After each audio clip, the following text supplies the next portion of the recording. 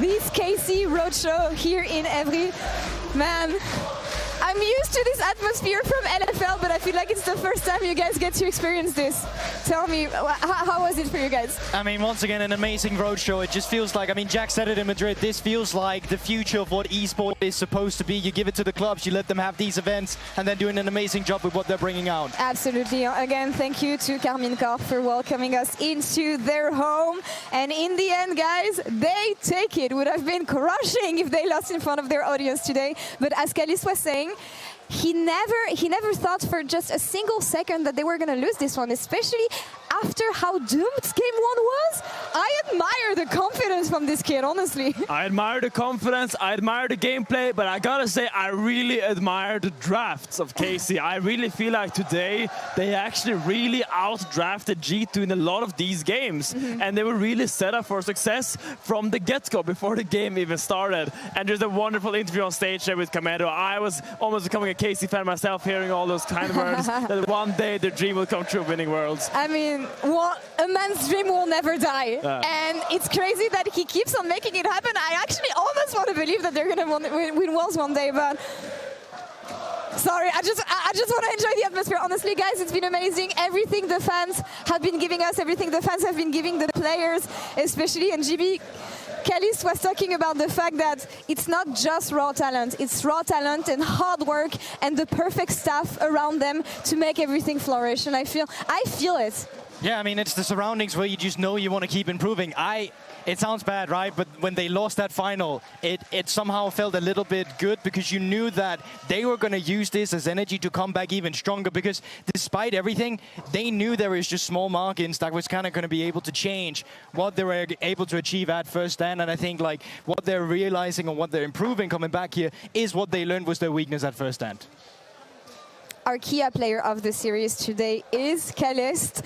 I was actually reading a tweet of one of our co-casters in France who was saying Caliste is one of the few Western AD carries who can sit at LEC and Viper's table when it comes to playing Ezreal. Is it too much, or is he onto something? Because this guy is good. I mean, I have seen incredible Ezreal gameplay from him today, and I think he's the biggest prospect, but yeah, that table is prestigious. This is Viper we're talking about. This is all the major carriers.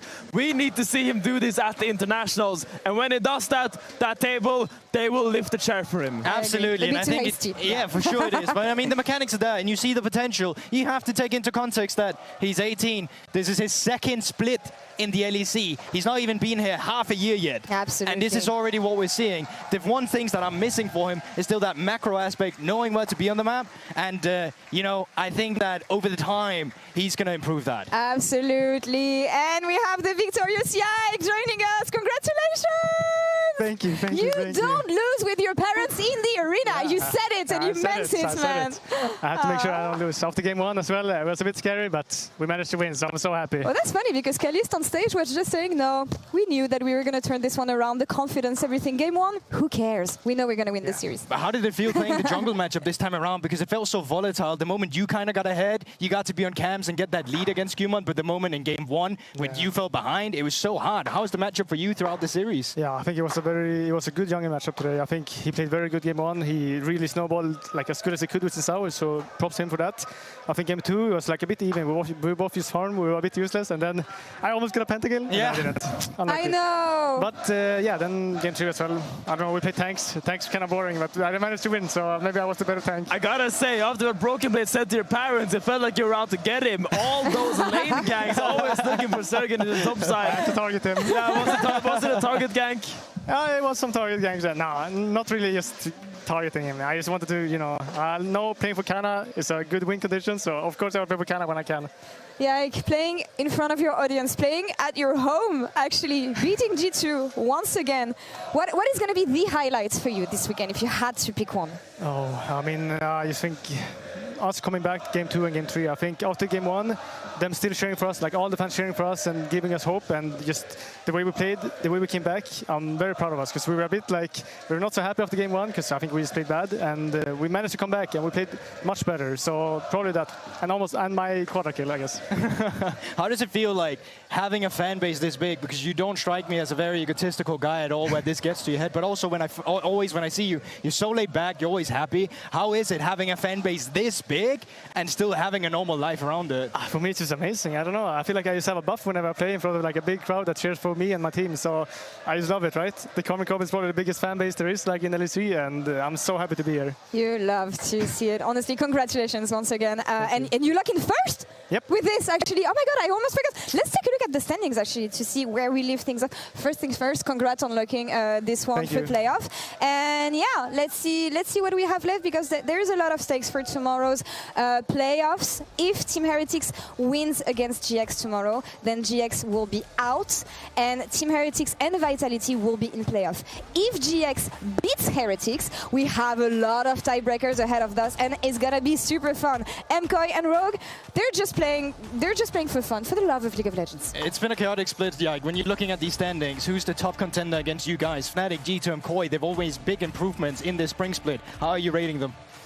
Yeah, I think the top 4 is like very solid. You know, it's for sure like these 4 teams are the top 4, and then I think Fnatic should still be the strongest team of them.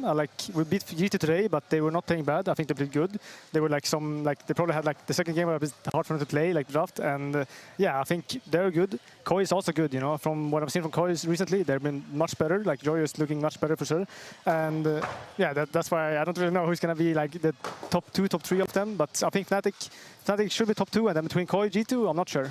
And what I have here, I think your insight is so valuable, because I agree with you, the top 4 is very locked, but I feel like the bottom 3 is very up in the air. And I think the game that is on my mind tomorrow is the Team Heretics versus GX. And I think last time we saw GX in Madrid, they looked really good. And I wonder, Heretics has had really good moments as well. And as someone that has scrimmed both of these teams, who do you actually have as the favorite here coming in?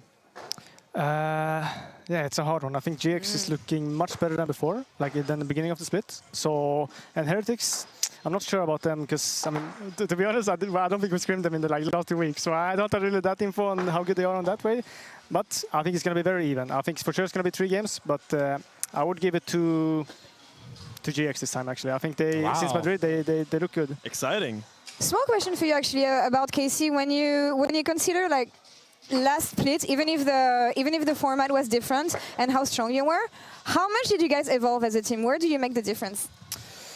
Oh, I think ever since first stand, and we just got demolished by Hammer Life. We've been looking at them a lot. I think a lot of people are talking about Vladi being the new Zeka, and I think we kind of looked at a lot of how they play, and we like to play similar to them in that way, but not just full copy them. And the way we play with the champions and the way we play the map, even playing Vi as well, we didn't play so much before, and yeah, we just improve on that kind of ways. Something that I've been telling you guys, especially Vladi, when you were in Korea, we were talking about the learnings from first stand and what you guys are going to try to bring back to Europe and implement, and I feel like it's something difficult to do because the teams don't play the same way, they don't play at the same pace and everything, but something that Vladi was noting is the fact that these teams play super well, high tempo, fast on the map, and they don't commit any mistake. Do you feel like it's something that you've been able to implement at least slightly in your gameplay in Europe? Yeah, for sure.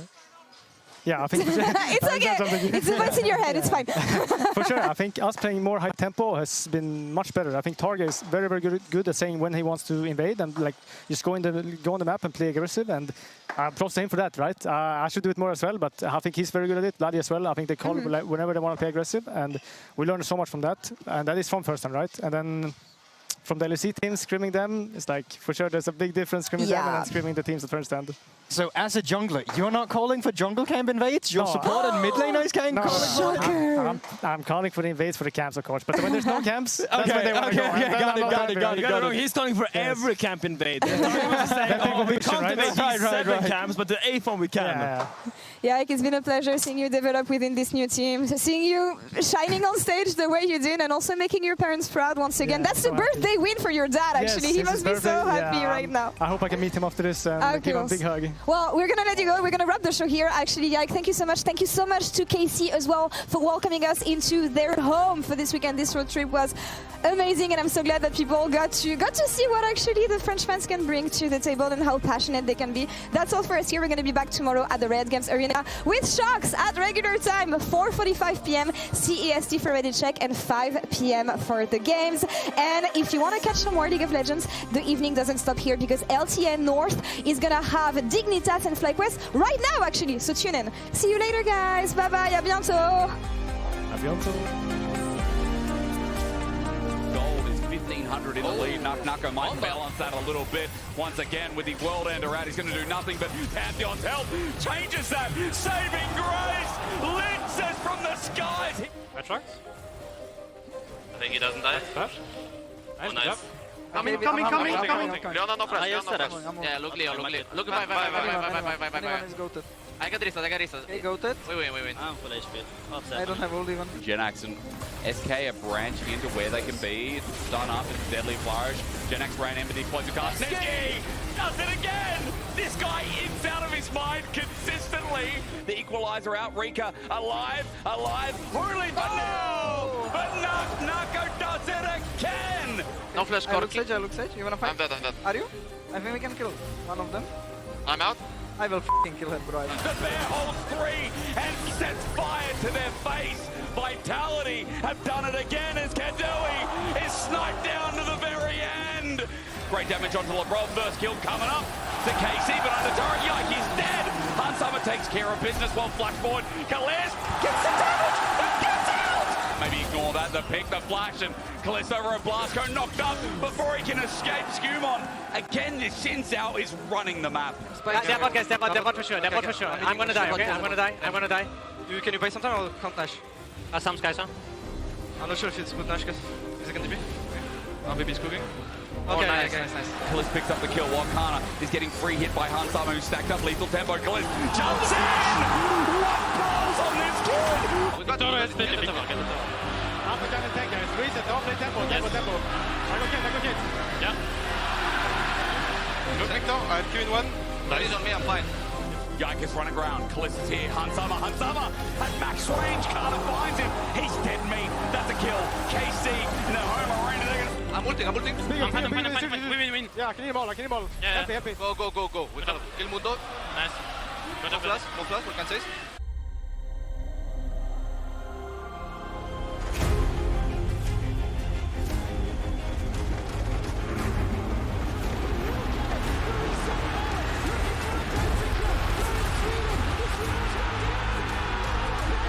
Green flag G2, the power